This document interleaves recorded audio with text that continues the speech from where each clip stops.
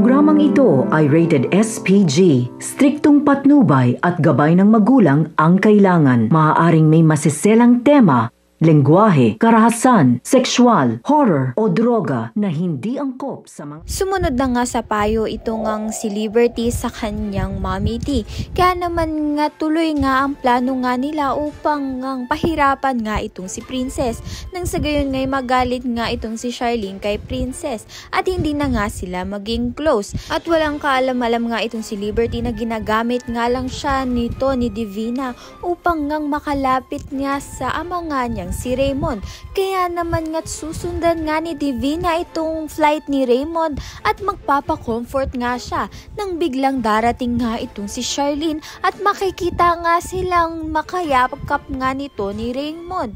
Magagalit nga itong si Charlene sa inabutan nga niya.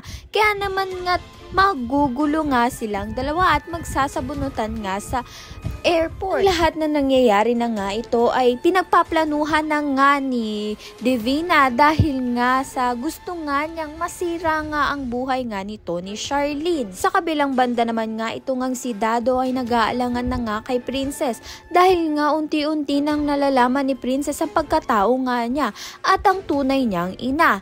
Ayan at iba pa ang dapat nating pakaabangan. Maraming salamat sa iyong panonood.